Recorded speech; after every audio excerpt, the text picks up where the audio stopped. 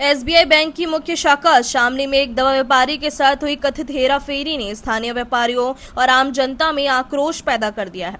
Bank पर भरोसा करके आए व्यापारी को न सिर्फ 3,000 रुपए का नुकसान हुआ, बल्कि शिकायत करने पर कर्मचारियों ने एकजुट होकर मामले को दबाने की कोशिश की। भारत मेडिकल स्टोर के संचालक देवराज सिंह मलिक ने बताया कि 8 मई को दोपहर करीब 12 बजे वह हनुमान रोड स्थित एसबीआई बैंक की मुख्य शाखा पर ग्राहकों से दुकान पर लेन देन करने के लिए 80,000 रुपए की खरीद लेने गए थे।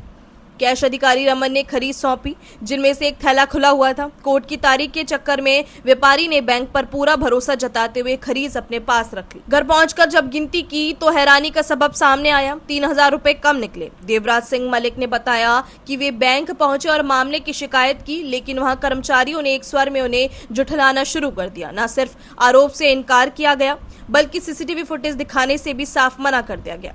व्यापारी ने शामली कोतवाली में तहरीर देकर दोषी कर्मचारियों के खिलाफ सख्त कानूनी कार्यवाही की मांग की है।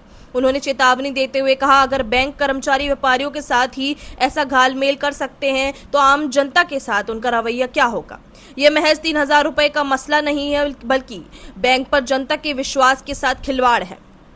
दवाई व्यापारी ने एसबीआई बैंक के उच्च अधिकारियों को भी विभिन्न माध्यमों से शिकायत भेजी है। उन्होंने कहा कि अगर बैंक स्तर पर उचित समाधान नहीं निकला तो वे उपभोक्ता न्यायालय में भी मुकदमा दायर करेंगे। यह घटना स्थानीय स्तर पर चर्चा का विषय बन गई है। आम नागरिक अब सवाल कर रहे हैं कि क्या बैंक शाखाओं में लेन देन के दौरान इतनी लापरवाही बरती जा रही है, और शिकायत पर सीसीटीवी फुटेज छिपाने का क्या मतलब है। प्रशासन और बैंक प्रबंधन को इस मामले में तुरंत संज्ञान लेते हुए दोषियों के खिलाफ कार्यवाही करनी चाहिए, ताकि भविष्य में कोई भी बैंक कर्मचारी आम जनता और व्यापारियों के साथ ऐसा बर्ताव करने की हिम्मत ना करे। क्या नाम है आपका? देवराज मलिक। अच्छा मलिक साहब, क्या मामला हुआ जो आपने थाने में तहरीर दी? वास्तविकता ये है कि मैं 8 तारीख को 8/5/2026 को एसबीआई शाखा शामली हनुमान रोड पर गया था, और वहाँ पर मैं खुदरा व्यापारी हूँ, मुझे चाहिए खरीद ग्राहकों से आदान प्रदान के लिए बहुत आवश्यकता होती है। तो मैंने कैशियर महोदय से पूछा, जो कैश लेखा उसके अधिकारी हैं, उनसे पूछा कि आपके पास सिक्का है? तो उन्होंने कहा मेरे पास 20 के सिक्के हैं, 10 के सिक्के हैं, और 5 के नहीं है। मैं खुले 20 का सिक्का कितने का? 40,000 रुपये का। तो 40,000 आप खुले दे देंगे? उन्होंने मना किया कि नहीं, खुले नहीं, बंद पैकेट लेने होंगे आपको। तो मैंने कहा ठीक है, आप मुझे एक पैकेट 20 का दे दो, एक पैकेट 10 का दे दो। दोबारा फिर मैंने एक और 20 का दे दो। 80,000 रुपये मैंने अधिकारी को दे दिए। देने के बाद कुछ देर तक मैं खिड़की पर खड़ा रहा। उन्होंने कहा इधर से उठा लो। बाहर तीनों पैकेट बाहर डलवा दिए। मैंने तीनों पैकेट उठा दिए। मैं जल्दी में था, चूँकि मेरी तारीख थी कैराना कोर्ट में और जल्दी में जाना था, तो मैंने बगैर गिने वो सिक्के उठाए। 2 पॉली पैक थे और एक जूट के थैले में। जूट के थैले के ऊपर एक पॉली पैक का फटाया वो पड़ा था। मैं फटाक से उठा कर अपने स्कूटर पर रख कर, पहले जब मेरे से नहीं चला तो बीच में एक बार बीच में रखे बैंक में, और वहाँ से उठवा कर एक लड़के ने मेरी मदद करी, एक थैला उठवा कर उस पर रखा मेरे स्कूटर पर। मैं लेकर अपने घर रख कर न्यायालय चला गया। रात्रि में गिने आ गए। गिनने के बाद जो जूट का थैला था उसमें मुझे 3,000 रुपये कम मिले।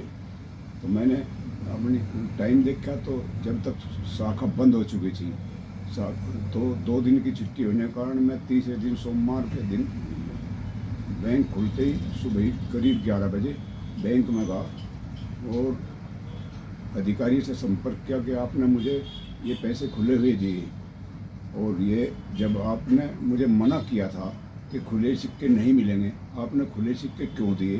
अगर खुले दिए जूट के पैक में तो मुझे आपको काउंट कराने चाहिए थे। मैं एसबीआई के ट्रस्ट पे कि यहाँ सिक्के में किसी चीज़ में कोई गलती नहीं होती होगी। तो मैं घर चला गया, तो तुरंत उन्होंने कहा ये तो मुझे अपनी जेब से देने पड़ेंगे। इसके बारे में जब उन्होंने मुझे कहा कि मुझे अपनी जेब से देने पड़ेंगे, मगर भाई हो सकता है ईमानदार व्यक्ति होगा। तो मैंने इसके संदर्भ में मैनेजर साहब से चीफ से मिलना चाहा। जब उन्होंने पता कि छुट्टी पे, मुझे ज्ञात हुआ कि वो छुट्टी पे हैं, तो मैं डिप्टी मैनेजर से संपर्क किया। उन्होंने कहा ठीक है, मगर 2 बजे का टाइम दिया उन्होंने मुझे। 2 बजे के बाद मैं 2 बजे के बाद फिर कहा, इन्होंने कहा कि आपने पैसे सिक्के तो गिने तो नहीं थे, ये हमने कैमरे में देख चुके। उससे पहले मुझे डिप्टी मैनेजर ने ये कहा था, मगर ये आप कैमरे से जांच करा लो। तो उन्होंने कहा हमारे पास पासवर्ड नहीं, वो चीफ साहब के पास होता है। उन्होंने कोई मिस हैपनिंग अगर बैंक में होगी तो चीफ साहब के बिना वो देखे नहीं जाएंगे कैमरे में। तो उन्होंने कहा नहीं। तो मैं 3 बजे के बाद मैं जब दोबारा फिर चीफ साहब के पास, वो उसके डिप्टी के पास गया, तो डिप्टी मैनेजर ने कहा कि जी ये तो कैमरे में ये बता रहे कि हमारे तो सिक्के सही हैं और आपने काउंट नहीं किए। आपके पास जब पासवर्ड नहीं था तो उन्होंने कैमरे कैसे देख लिए? तो देख लिए होंगे उन्होंने, उनका अलग डिपार्टमेंट है। मैं तो अलग ही उसी डिपार्टमेंट से दिखवाना चाह रहा था जिसमें आप कह रहे थे। अगले दिन मैं थाना कोतवाली में तहरीर दी। मेरे साथ में एक सब इंस्पेक्टर गए बैंक में। बैंक में जाने के बाद जब मैंने तर्क वितर्क सभ्यता शालीनता के तरीके से बात की कि कानून के दायरे में रहते हुए कि जब ये आपने ये कहा था कि हम खुले सिक्के नहीं देंगे, आपने खुले क्यों दिए? दूसरी बात, झूठ में दिए, झूठ के बैग में दे दिए, तो मुझे बताना चाहिए ये सिक्के खुले हैं। चलो, खुले बताने के बाद भी अगर ये खुले हैं तो आपको काउंट कराने चाहिए। जैसे कि कैश पे बैठ कर आप रिजर्व बैंक का भी पैकिंग हो तो आप कस्टमर के सामने उस मशीन के द्वारा काउंटिंग कस्टमर देखता है और आप लेते हैं। तो आपने कोई सा भी काम नहीं किया। तो उन्होंने इस बात का ये कहा कि देखो ये सब बात आप चीफ मैनेजर से बात करना, मेरे दायरे का कोई काम नहीं है। मैं कहा जी आप ऑफिसेटिंग कर रहे हैं, चीफ मैनेजर अगर नहीं है तो आप बैंक के सब काम तो देख रहे हैं, आप इसमें हस्तक्षेप करो और हस्तक्षेप करके से देखो, आपके स्टॉक स्टेटमेंट निकलवाओ।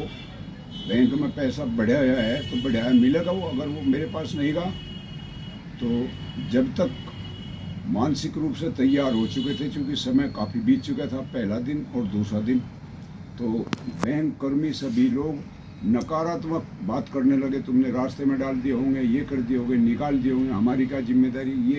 ये ना कह के कि हम अपने बैंक में ढूंढ रहे हैं और देखेंगे हमारी गलती है, कहीं कहाँ किस बिंदु पर चूक हुई, ऐसा ना कह गए और मनोवैज्ञानिक दबाव बनाने की कोशिश की। सभी कर्मियों ने अपना बैंक छोड़ गए। इस तरह तो आम आदमी, अगर कोई आदमी सक्षम नहीं है और ज्ञान नहीं है उसे अपने अधिकारों के बारे में, और वो लिखा पढ़ी या कानून के बारे में जानकारी नहीं है, तो शोषण होता रहेगा और हो सके होता हो और वो दबी आवाज़ में अपने घर बैठ जाते हों। तो आपने इसकी बात की शिकायत कहाँ करी है अभी तक? मैंने उच्च अधिकारियों को इसकी मेल भेज दी है सभी को, और पुलिस में तहरीर दे दी, और मैं उपभोक्ता संरक्षण में जाऊंगा। ऐसा क्या मांग है आपकी? अब मांग ये है वो अपनी गलती को गलती मांगे और मेरे पैसे पूरे करें। अपनी राय कमेंट में जरूर बताइए और ऐसी ही बड़ी खबरों के लिए रॉयल बुलेटिन को लाइक, शेयर और सब्सक्राइब करना न भूलें।